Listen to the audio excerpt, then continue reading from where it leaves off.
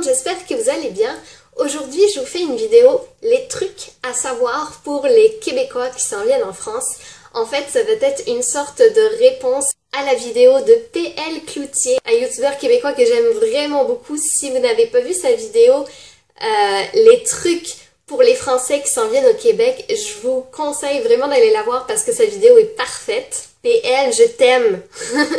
Si vous êtes invité à dîner chez quelqu'un, nous mangeons en général beaucoup plus tard que vous, c'est plus une surprise. Je vous conseille de prendre un petit encas vers 4-5 heures, ce qu'on appelle nous un goûter. Si vous ne voulez pas mourir de faim avant 7, 8, 9 heures parfois, parce que oui, on aime ça prendre l'apéro avant de manger, surtout quand on a de la visite. Et l'apéro en général en France peut durer plusieurs heures. Oui, c'est vrai. Il faut que vous goûtiez à nos pâtisseries françaises, parce que oui, c'est les meilleures de la planète. Je vous conseille de goûter les Paris-Brest, les Forêts Noires, les tartes, toutes sortes de fruits. Il y en a partout dans le monde des pâtisseries, mais je vous assure que les pâtisseries françaises, c'est la meilleure chose au monde. Si vous venez à Paris, comme c'est en général la première destination des gens quand ils viennent en France, sachez que le prix des cafés et autres boissons peut énormément augmenter selon l'endroit où vous vous trouvez. C'est-à-dire que si vous voulez prendre un café et avoir la vue du Louvre à côté de vous, vous êtes mieux de demander un devis. Et j'exagère à peine parce que ça peut monter vraiment beaucoup.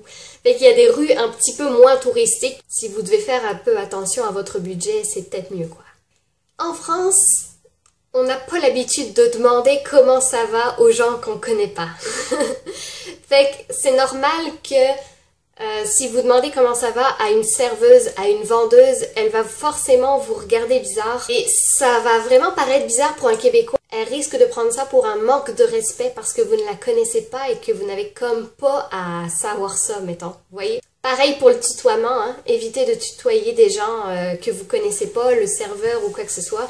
C'est extrêmement mal vu. J'ai vécu un truc assez malaisant il y a 1 an ou 2 où j'étais avec des Québécois et où ils ont tutoyé le serveur. J'étais comme...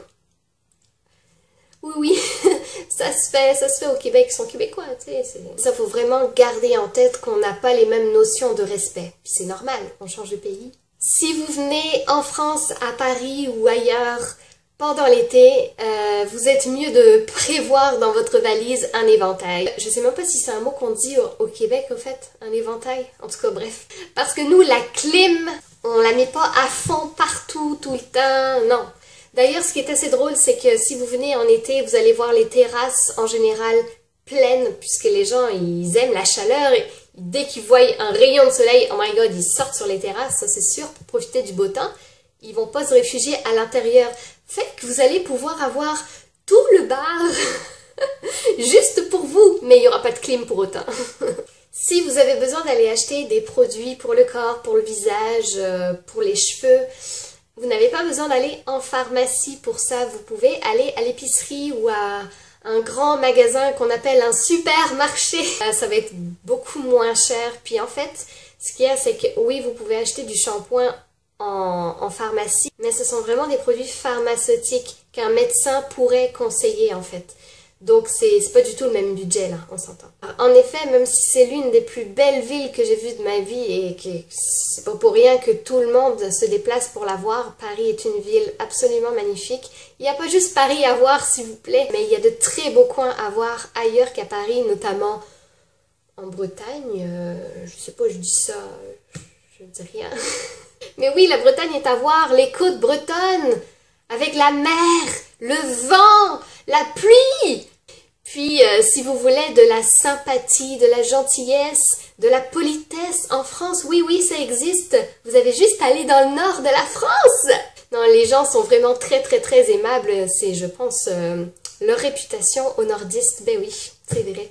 Et si vous êtes pour rester assez longtemps, moi, ce que je vous conseille aussi de Paris, c'est d'aller voir nos amis belges, puisque vous pouvez prendre le train, le Thalys. Ça vous prend 1h30 pour y aller. Vous pouvez faire l'aller-retour dans la journée et vous allez découvrir Bruxelles qui est une ville absolument magnifique. Il faut que vous allez voir ça quoi, vous pouvez pas venir en Europe sans aller voir Bruxelles, ok? Ah oui, puis si vous allez à Bruxelles, il faut que vous goûtiez les macarons, hein. Les macarons, c'est les meilleurs de la planète, ok? On a souvent honte de notre président. Je pense que vous comprenez pourquoi. Mais par contre, on est super fiers de notre roi.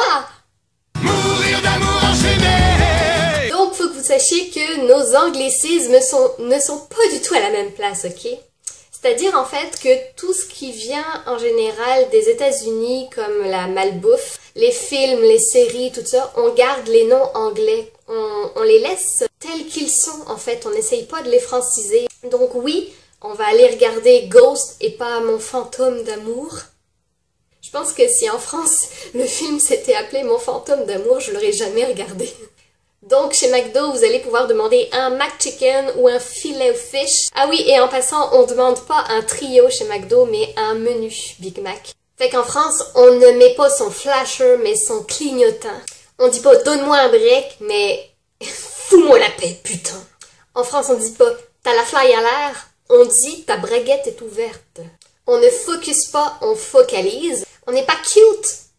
Mais oui, on l'est. On est mignon. On fait pas le party en gang, mais on peut aller rejoindre une bande d'amis pour aller faire la fête. Puis nous les Français là, on n'est pas complètement fuckés là.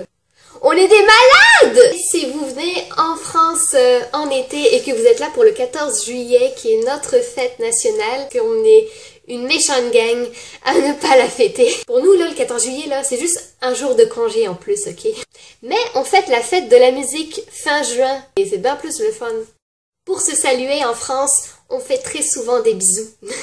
Des bises, en fait. Et selon les régions de France, renseignez-vous où est-ce que vous allez, mais on fait pas le même nombre de bises. En général, ça va être 2, mais ça peut être 3, ça peut être 4, ça peut être juste une. C'est quelque chose qui se fait aussi quand on ne connaît pas la personne. Si par exemple, je suis avec une amie et je rencontre quelqu'un dans la rue, ben en général, mon amie, elle va aussi faire la bise. La fille qui m'accompagne. Voilà, c'est toutes les petites choses que j'avais en tête. J'espère que ça vous aura fait sourire et que ça vous sera un petit peu utile, tant qu'à faire. Pour ceux qui ne me connaissent pas, je publie une vidéo tous les vendredis et des fois en début de semaine. Donc si vous ne voulez pas en manquer, je vous propose de vous abonner à ma chaîne. Ça va me faire super plaisir. J'espère que ça vous aura plu et je vous dis à très bientôt pour une nouvelle vidéo. Bye! Oh, c'est nul à chier. Savez-vous que c'est triste de plus savoir comment on parle dans son propre pays? Je me souviens plus comment on dit. Tout le monde sur cette planète ressent une part d'anxiété quand il s'agit d'aller aborder une personne qui lui plaît. C'est normal, c'est comme un petit stress. Alors, il ne s'agit pas de cacher ou de changer sa personnalité, mais d'essayer de faire ressortir le meilleur de vous sur le moment, en fait.